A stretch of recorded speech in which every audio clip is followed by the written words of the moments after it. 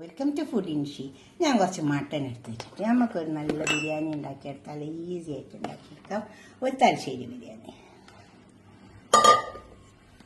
ഇതിലൊരു തലശ്ശേരി ബിരിയാണി ഉണ്ട് കേട്ടോ. നമുക്ക് ഒരു ബിരിയാണി കൂടി ഉണ്ടാക്കി നോക്കാം. നല്ല ഈസി ആയിട്ട് ഉണ്ടാക്കി നോക്കണേ. ഇത് സവാള,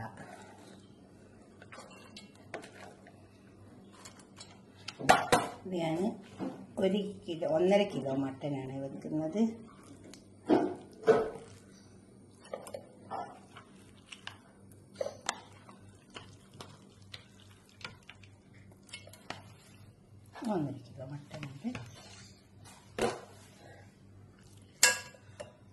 സവാള ഞാൻ 1 കിലോ സവാള അരിഞ്ഞെടുത്തിട്ടുണ്ട്.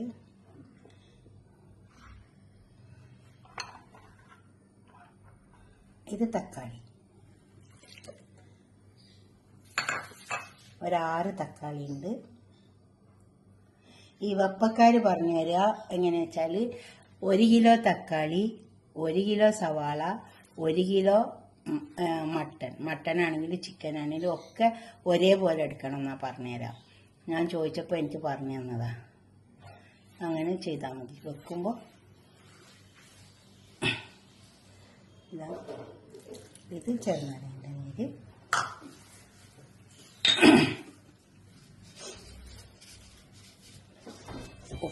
ഉപ്പ് ആവശ്യം പോലെ ഇട്ടുകൊടുത്താൽ മതി. അത് ബിരിയാണി മസാല,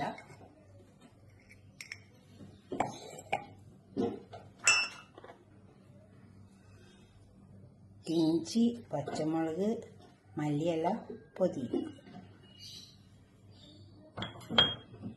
നമുക്കിത് നന്നായി കുഴച്ച് ചേർത്തെടുക്കാം. നന്നായി കുഴച്ചെടുക്കണം.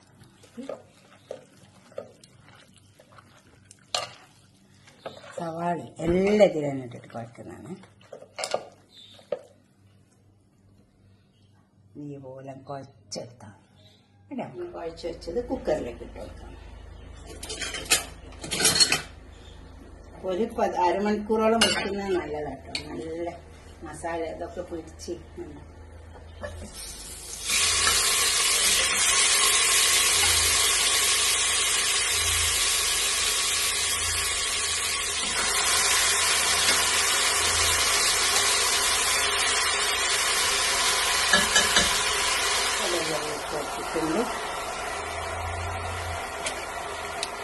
ഇതുപോലെ അങ്ങ് ലോക്ക് ചെയ്താൽ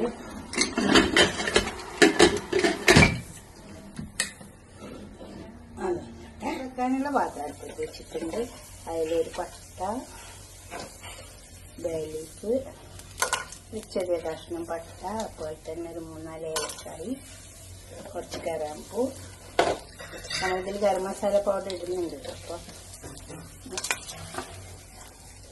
ഇനി ചോറ് വെക്കുമ്പോൾ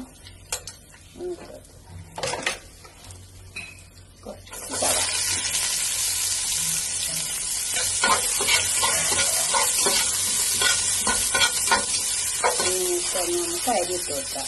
അരി വാഷ് ചെയ്തിട്ട് ഒന്ന് അരിച്ചെടുത്തിട്ട് വെള്ളത്തിലേക്ക് ചെമ്പിലേക്ക് ഇട്ട് വെക്കാൻ മതി. എന്നിട്ട് വാഷ് ചേർത്താൽ മതി. ഇനി ഈ അരി ഇതിലേക്ക് ഇട്ട് വെക്കാം.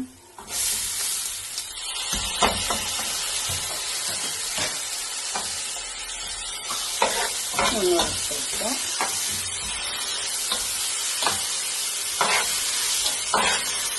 ഇത് ഒരുപാട് റൈസുകളുണ്ട് കേട്ടോ. എത്ര റൈസ് നിങ്ങൾക്ക് ഇഷ്ടമായിട്ടാൽ ആ റൈസൊക്കെ ഒന്ന് വെച്ച് വെക്കുക. എന്നിട്ട് അഭിപ്രായം നിർദ്ദേശമൊക്കെ കമന്റ് ബോക്സിൽ ഒന്ന് അറിയിക്കുക. ഇതൊന്ന് ഒന്ന് വറന്നു വരണം. അപ്പോഴാണ് തിളച്ച വെള്ളം ഒഴിച്ചു. അരിയൊക്കെ നല്ലോണം വറന്നു വന്നിട്ടുണ്ട്. അതേപോലെ മറന്നു വെച്ചാൽ നല്ലോണം വറന്നു വരും. അപ്പോൾ വറുത്ത് വെച്ചാൽ നല്ല ടേസ്റ്റ് ഉണ്ടാവും. തലശ്ശേരിയിൽ ഇങ്ങനെ ബിരിയാണി വെക്കുക. വറുത്തിട്ട് നല്ലൊരു മണം വരും അരിക്ക്. അപ്പോൾ നമ്മൾ വെള്ളം ഒഴിച്ചു.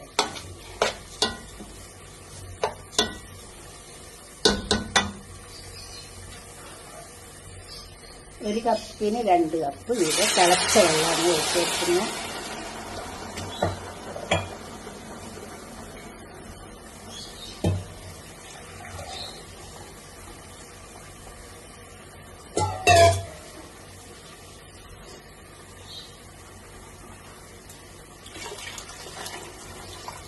തിളച്ച വെള്ളം ഒഴിച്ച് കൊടുക്കാം.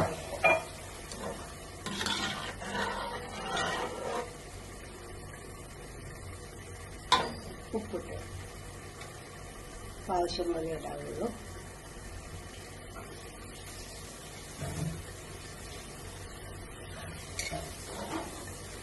ഇങ്ങനെ കരിയാവും.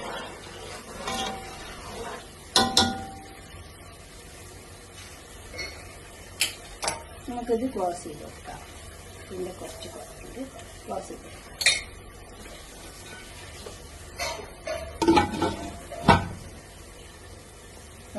എന്നിട്ട് നമുക്ക് ഇതൊക്കെ ചോറ് വെന്ത് വന്നിട്ടുണ്ട്. അപ്പോൾ അതിന് കുറച്ചിങ്ങനെ മാറ്റിയെടുക്കാം. എന്നിട്ട് നമുക്ക് ദമ്മിട്ട് കൊടുക്കാം.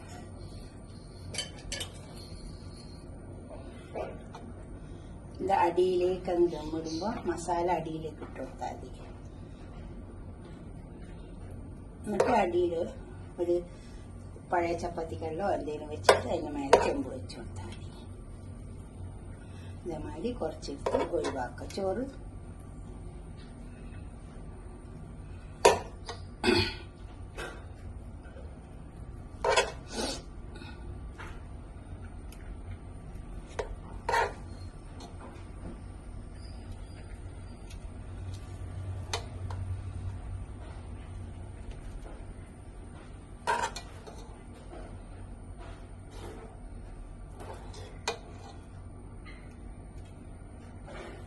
ഇത്രയും ഞാൻ കോരി എടുത്തിട്ടുണ്ടെങ്കിൽ ഇതിലേക്ക് നമുക്ക് ഈ വേപ്പിച്ച് വെച്ച മസാല ഉണ്ടല്ലോ അതിലേക്ക് അങ്ങ് ഇട്ട് കൊടുത്താൽ മതി.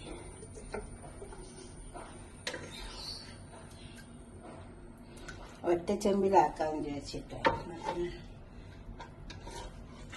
ഒരു ചെമ്പിൽ തന്നെ അങ്ങ് മസാല ഒക്കെ ഇട്ട് കൊടുത്തങ്ങ് ദമ്മിട്ട് കൊടുക്കാം.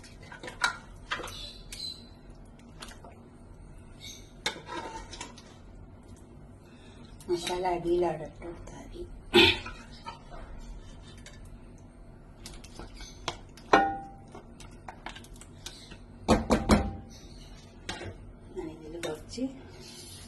പിസ്ത പൊരിച്ച ഉള്ളിയാണ് ചെമ്മീൻ ഇട്ടാം. എന്നിട്ട് നമുക്ക് ഈ ചോറ് ഇതിന് മേലക്കാണ് തട്ടി കൊടുക്കാം.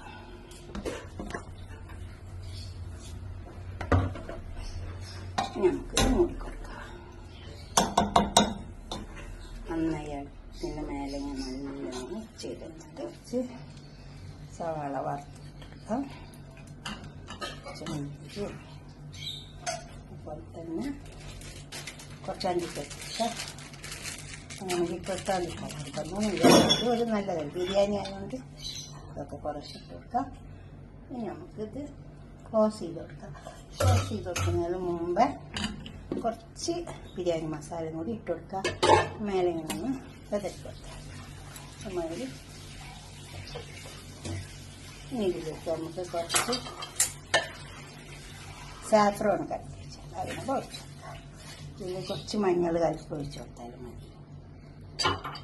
ഇനി ഇതേപോലെ ഒരു ചപ്പാത്തി കല്ലുണ്ടെങ്കിൽ അത് വെച്ചിട്ട് തീ ചെറുതാക്കി വെച്ചിട്ട് കുറച്ച് സമയം ഒന്ന് അടുപ്പത്തിട്ട് കൊടുത്താൽ മതി. ഇനി അത് ദമ്മായി വരട്ടെ.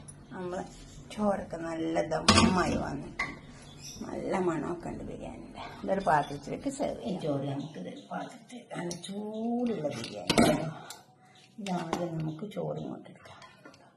ഇതേപോലെ നല്ല ബിരിയാണി. ഇതുപോലെ ബിരിയാണി ഉണ്ടാക്കിയിട്ടൊക്കെ മസാല അടിയിൽ വേറൊരു പാത്രത്തിലേക്ക് കോരിയിട്ടാൽ മതി.